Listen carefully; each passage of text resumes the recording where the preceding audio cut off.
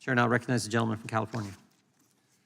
Good afternoon, Mr. Attorney General. Do you believe Christopher Wray is a competent director of the FBI? I think Mr. Wray is a person of the highest integrity, for whom I have great admiration, who has extraordinary experience, both as Thank a you. career And so you prosecutor. certainly don't think he would knowingly give false testimony to this committee, do you? I am sure that he would not. Are you aware that Director Wray, a couple of months ago in sworn testimony, implicated you in a sweeping abuse of power?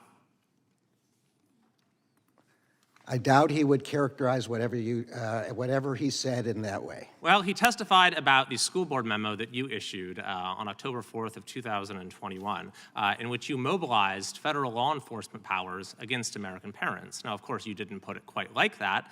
Instead, you found a pretext, which is stated right here in the first line of the memo. In recent months, there has been a disturbing spike in harassment, intimidation, and threats of violence against school administrators, board members, teachers, and staff. What was your basis for making that claim? I will say again, as I've testified numerous times in response to exactly the same question, that I saw numerous reports in the press of violence and threats. You saw reports in the press, and so you decided to instigate a nationwide law enforcement initiative? If I may be permitted to answer the question. Please.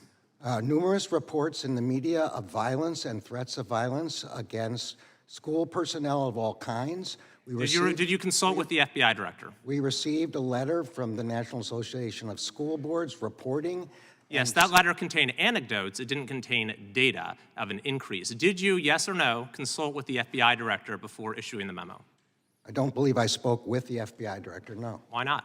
Why wouldn't you consult with the FBI director? Because the purpose of the memo, as is very clear from the memo, is to ask the FBI to assess the situation, to hold meetings, and to determine whether this was— Mr. Attorney General, you started with a conclusion that there was an increase in threats. Now, if you had bothered to consult with the FBI director, here's what he would have said. This is from his sworn testimony, that he was not aware of any such evidence. So my question to you, sir, sitting here today, is can you substantiate your claim that there was an increase? Of course, there will always be sporadic criminal activity in all quarters of society, but your claim was there was an increase. Can you substantiate that sitting here today?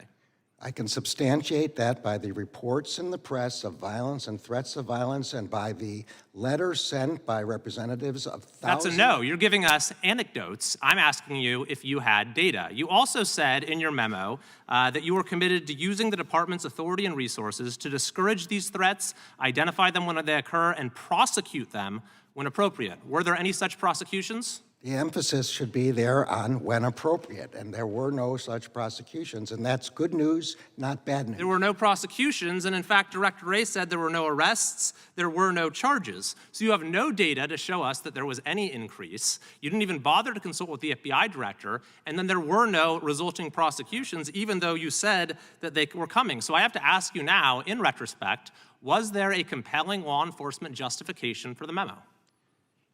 I think you're mischaracterizing the memo. The purpose of the memo was to hold meetings, to open lines of communication with state— So is that a no? Yes or no? Was there a compelling law enforcement justification for the memo? I believe there was a reason to ask for those contacts to be made with state and local law enforcement. Well, the FBI director disagrees with you. When I asked that's him not what the FBI director said. Look at it right here, Mr. Attorney General.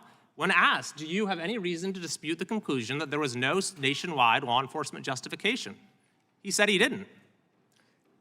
Either he didn't see the reports or he didn't see the National This is a Association transcript. of I've sent you this transcript, Mr. Attorney General. So my question is this. Will you retract the memo, and by that I mean issue a formal document to the effect that it is no longer operative? I will not, because there was absolutely nothing wrong with the memo, as I have testified several times already. Even though your own FBI director says there was no justification for it, you will not retract it? The memo is mine. It's my decision whether it's necessary to make assessments like this, and I asked the Bureau to make these assessments, and the other— Are you familiar with the concept of a chilling effect? I'm sorry, I didn't— Are you familiar with the concept of a chilling effect? I'm very familiar, and that's the very reason— How would you define a chilling effect as it relates to First Amendment That is the jurisprudence? very reason why the second sentence of the memo says— Please tell me what you consider to be the definition of a chilling effect. That memo has no chilling effect. I didn't ask you your opinion on whether the memo has one. I asked you what is a chilling effect. I'm telling you that the second sentence of that makes clear— I've read the full memo. I'm asking you, what do you define a chilling effect as?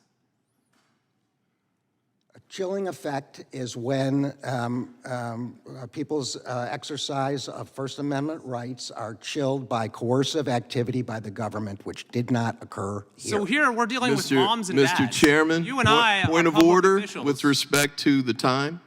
Yeah. Point of order? The gentleman's time has expired, but it was a pretty darn important question when the Attorney General of the United States can't define what a chilling effect is, so I thought I would let it go a few seconds.